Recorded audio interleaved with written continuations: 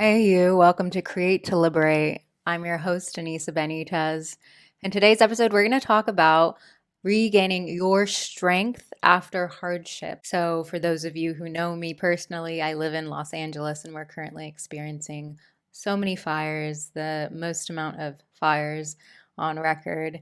And it's been a really disruptive time. So, I'm going to first get into how this topic became relevant to me personally this week. And then I also want to share guidance to others more broadly. There's a lot of people who live in the Los Angeles area, but there's so many more who do not. And for you, when you're going through a period of hardship and difficulty, it's really easy to fall into victim consciousness, to really start to wallow in the pain and the discomfort and all the darkness that comes with these times, all the suffering. But like anything, there's cycles of emotion that we also have to honor as well.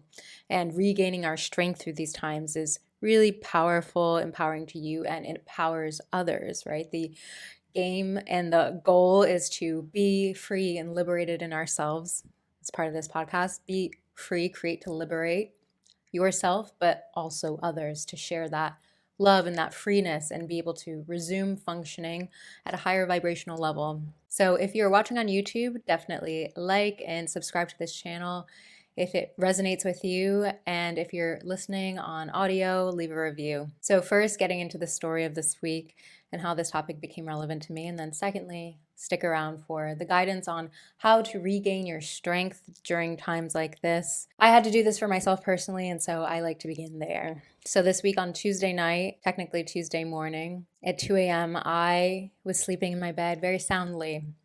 And I hear my back patio, basically this door, the knobs attempting to be turned. And I jump up out of bed, I run to the door, and there's a tall man there trying to enter my apartment. Initially, tried to scare him off. I tried that method, and I can be actually very ferocious despite my little get up today and how I like to play into that, but I also can be very scary myself. And first, I went with that approach and it didn't scare him off. And then I went the de-escalation route, which is, hey, I really don't want to have to call the cops, etc., because I came to realize that he was homeless and he probably wasn't going to be able to break into my apartment, though he was threatening to hurt me and break all my windows. During that time, I was pretty unsettled, obviously.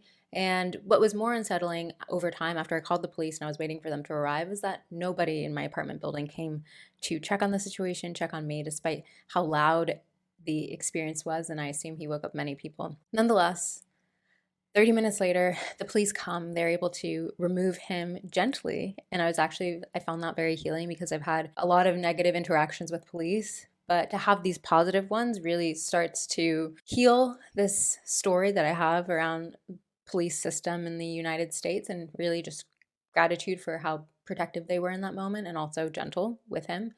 And they escorted him out, and my body was definitely carrying a lot of stress. And so I tried to do somatic releasing and affirming myself that this was a pretty freakish accident and things like that you experience after something that is slightly traumatizing. And so working to de-escalate my nervous system and really start to ground, because it's really important to do that in these moments. And that's definitely something I will call out for you prematurely as far as guidance, is return to breath work, returning to slowing down your breath and breathing really slowly in these moments where you feel this adrenaline from fight or flight, or you feel this panic in your body. How can you reclaim your energy and call your energy back to yourselves by imagining yourselves even growing roots into the earth and bringing yourself into a bit of a meditative state?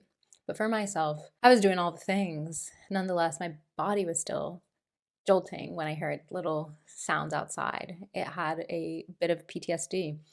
So I went into bed, and then 20 minutes later, I hear a banging and a crash.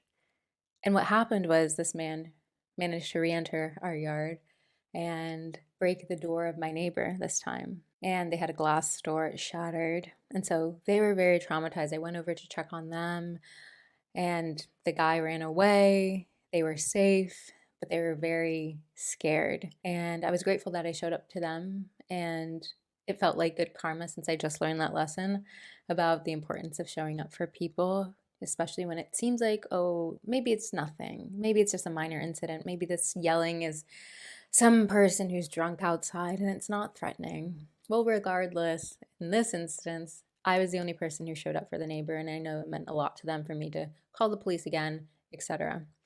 So that series of events unfolded, and then in the mornings, it was announced that there were fires starting in the Palisades, in the Pacific Palisades of California. And this is a very wealthy and affluent area. I assumed it would be resolved pretty quickly, but then no, there was another fire that began in Eaton, closer to Altadena and Pasadena, where it's less affluent. And as these fires started to build, so did the panic within my body, some of the stress within my body. I was running on 4 hours of sleep given the night of break-in events and dealing with the police and just working through my own sense of physical safety being in this apartment alone. So a lot of stress I was carrying in my body, and ultimately a fire started closer to me, the Sunset Fire, and I ultimately ended up needing to evacuate my apartment. So I did an overnight, thankfully, with my brother who lives further south and his family. And that was everything, like being surrounded by some family, being reaffirmed that this is going to be something we can get through, that there is community available for me. Started to actually allow my nervous system to regulate, to be able to take some sleep after experiencing insomnia to whatever extent. Was able to eventually come back to my place, though the air quality has been terrible in Los Angeles and it continues to be less than great, and the fires continue to blaze. I think it's really important to still start sharing how we can strengthen during these times and how I'm personally feeling stronger as a result of this hardship and this catastrophe. And it's maybe seen as spiritual bypass or positive ignorance to get to this place, but I see it personally as the cycle of emotion. So we feel the victimization, we feel the pain, we feel the suffering, we feel the heaviness and the depression, and we have the empathy, and we feel it not just for ourselves and others, but then we also get to the other side, and on the other side is love. That full circle usually is a return to love, a return to strength, and a return to being able to say what good came out of this situation, even if it feels like materially everything has been lost, spiritually we've hit rock bottom. What good has actually come out of this situation? And I'll share for myself personally before going into guidance for strength and tips for you to take into dark nights of the soul, into hardship, into life's inevitable hardship and suffering and these things that happen, which is why we chose to be in this earth school, is because it was going to teach us things to strengthen us, ideally. If we allow ourselves to take the learnings, to do the self-reflection, to do the self-inquiry, to sit and transmute the emotions that are within us into something that is lighter, something that is workable. If we allow that energy to get out of our body somatically, so we're not storing stress that turns into dis-ease. So for myself personally, initially, when this person was at my door and I felt deeply unsafe and was being threatened, and they had this very booming voice that I haven't been confronted with ever in my life. I don't think I've had somebody screaming at me, threatening to kill me, which is a beautiful thing, to live so safely. But in that moment, I felt overpowered as far as vocals. I had to work in ulterior ways to then step to de-escalation, then think strategically, okay, then how am I getting out of this situation? And then start to utilize the other parts of my being that aren't my physical strength, clearly in this situation, or my ability to scare somebody with how threatening I can be. In that moment, I learned resilience, strategic thinking. I learned too that I'm a survivalist. I am a warrior in these moments that are difficult and hard. Even though my body takes hits from these experiences, on the other side of them, once I feel through them, once I incorporate some of the guidance that I'll share with you, then I actually feel very empowered and I feel very powerful and I feel, a little dangerous, a little bit certain that I too could bring children into this world and be such a good protective parent, that I will make more conscious choices to align myself with allies, i.e. neighbors, who tune into this type of thing as well and are proactive in stepping outside of themselves and showing up. That's a priority to me. That community is important to me. And I'm not taking it all on myself, because in this moment I recognize me versus them, they're winning. Now I'm in this position where I feel able to talk about regaining strength and regaining power and reclamation of that energy that we feel evaporates from us in these moments of panic, that we feel evaporates from us in these dramatic, traumatic events. Know that that energy can also be reabsorbed back into your being so that you can be that empowered, fiery person in the world and support igniting light in other people. So I highlighted 5 points of guidance that I wanted to share with you around regaining your strength during these times of hardship, during times that are really difficult, dark nights of the soul, but particularly when your physical life is threatened or you feel a lot of suffering in the immediate. I had already mentioned meditation, breath work, regaining your energy through somatic practices. So there's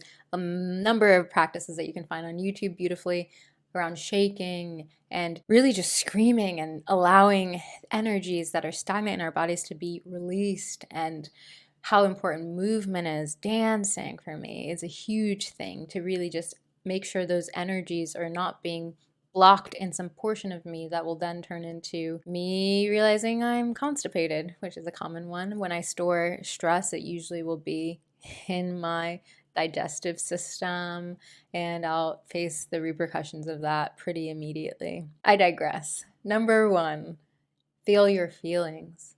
Allow yourself to be self-aware and in touch with what's immediately coming up for you. So in the moment of stress, we might be feeling our heart racing, we might be feeling anxious, we might be feeling a level of sadness, we might be feeling this level of disillusionment with the world, we might be entering a level of depression, we might be feeling hopelessness, we might be feeling deep yearning, and allowing these cycles of what our feelings are and identifying them and tracking them shows us that they don't last forever. Oftentimes we don't want to feel the difficult feelings and the negative feelings, and we try to fight being in them.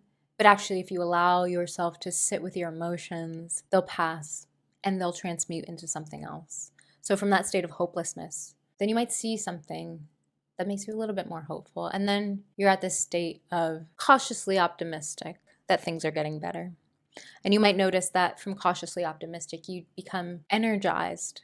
You feel empowered because you realize the way that community is coming together to show up for you, how they're donating goods, how people are funding GoFundMe campaigns, and what that means and signifies, and your emotional state, it might be changing. So allowing yourself to track what your emotional states are, what your feelings are. Emotions and feelings are a bit different, but really just allow yourself to track what that cycle is. Because once you get to the lighter emotions, there you can begin to reclaim your strength. Then you can double down on, I am in this good feeling state. I am empowered. I do have enough to give. And you can start taking actions to reinforce that feeling state for yourself. Number 2, when you're in that state of being able to reclaim some of the positive emotions of feeling good, ask yourself the question, this is the time to actually self-reflect. Because when you're in the immediate pain and suffering and panic of a situation, it's not really a good time to contemplate if you should move.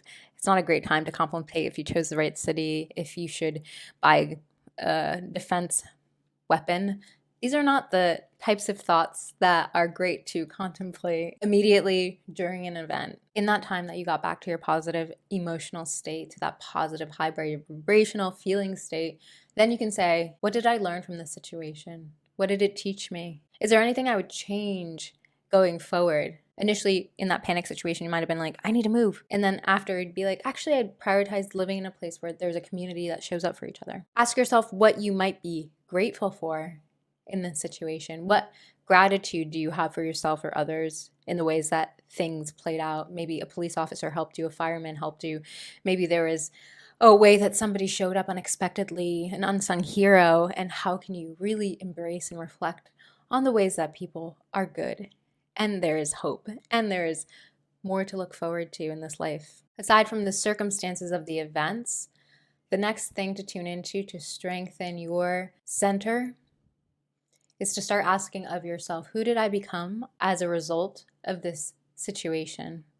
What good came from it, from me experiencing it? So this one's really hard when there's cases that seem so black and white. There was a fire, it's complete suffering. There is child abuse, it's completely unacceptable. There's absolutely no good that came of it. Actually, who did you become? You're the good. You are the good, right? You are the good example. So, who did you become as a result of this experience?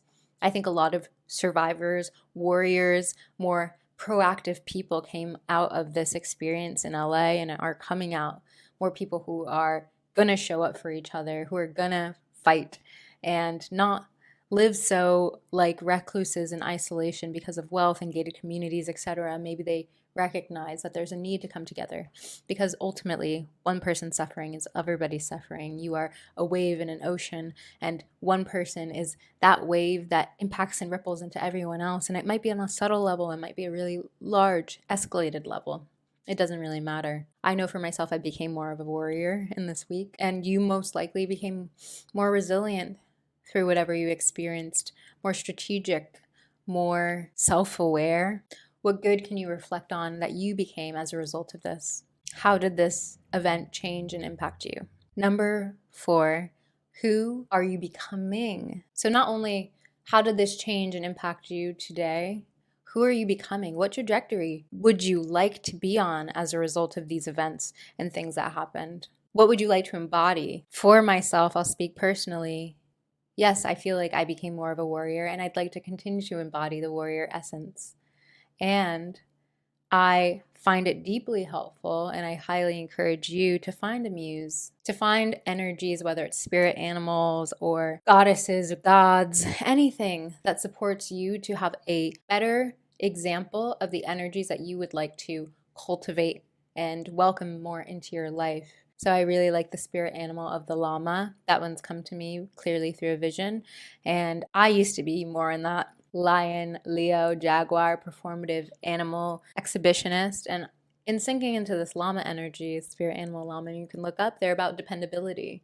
They're about cooperation. They're about community. They're also really good at boundaries. So llamas will spit at you if they don't like you. They will not carry weight that is beyond their capacity, dissimilar to other animals who, if you put weight on their back and you need them to transport it, they'll try. Llamas know their capacity. They're not moving if the weight is too much. And that's who I'd love to be. And that's my muse, the llama, that spirit of llama who's just like, you're going to have to take some weight off me. This is beyond my capacity, and I will not continue to function under this weight and stress. No thanks. I also found the muse of Inanna, the goddess, Mesopotamian era goddess, and she was a goddess of earth and heaven, and she was known for fertility and nurturing and love, but also war. She was a very powerful warrior, and that juxtaposition, that duality that exists within all of us, we are both light and loving and caring, but we are also fiery and vicious, and we can be unfuckwithable. Hopefully, we are also very aware of our boundaries and how they cannot be crossed by others, and how we don't allow that. When they are, there are ramifications. So think about your future self, and that future self embodying more of these qualities at a more empowered, amplified level, because when we immediately go through difficulty, it's hard to jump on the boat of dream me is this and that, and I'm going to get there tomorrow. I go through so many cycles of death and rebirth. It's very much a constant in my life. I often think that I can quantum jump to these timelines that are so outside of what is correct for me, what is healthy and compassionate. And so trust that you'll be able to move there in a manner that is graceful, that you'll be able to continue expanding and strengthening and empowering other people. When we're in service to others, we also gain so much energy back. And then last but not least, really sitting in meditation and asking of the universe, asking of source to allow yourself to be free from this experience, allowing yourself to be elevated, to be with that higher version of self in the future, to release and forgive all of the circumstances that led to this pain, that led to this suffering, to really allow yourself a deep level of forgiveness for any part that you might have contributed into that, to any other people's parts and contributing energies to that difficulty, and allow yourself to sit with that deep level of heart opening and deep forgiveness, and allow yourself to return to love again in your heart. Allow yourself to feel safety and welcome, and ask of the universe to remind you of what safety feels like, what strength feels like in your body. And as we return to that loving, sitting for a 20+ minute meditation, then we return to the truth of who we are, which is infinite. So no matter what hardships you go through that impact this body, that impact this mind, remind yourself that you are infinite in so many ways. Your energies have been here before and they'll continue to return. I believe in reincarnation, and I've had past life experiences, etc., that reaffirm to me that I have this truth. So I like to remind myself of death or meditate on death often because of this and say, you know what? I'm here for a good time and hopefully not a short time, but I'm definitely here to experience the joy as well in this beautiful life, to experience the pleasure, to return to love, to empower other people, to experience my strength. Because from that strength and power, you're a force. You're a force for other people to be able to experience more of that joy and that goodness and that feminine energy and that creativity and that juiciness that is life, that is this temporary experience on earth. And the more of us who get to experience that would be beautiful. We have the resources to be able to experience that on this planet Earth when they're not being exploited. And so more of us feeling empowered is ultimately creating a more healthy, healed, empowered world. And I'm so grateful to you for tuning into this video and being a person who's here to also create that. We're not having the times of somebody speaking about this because they're an authority. I'm speaking from it from a place of your peer who deeply knows that you are also equally powerful and able to radiate light and strength to others during these times. And I'm so grateful to you for doing so. If you enjoyed this video, like it on YouTube, subscribe to this channel for regular uploads. If you're listening on audio, a review is welcome. It helps the podcast and these videos grow, and your support means a lot. You can find me on @NisaBenitez on Instagram, and TikTok's being banned. Aww. And obviously YouTube. Much love.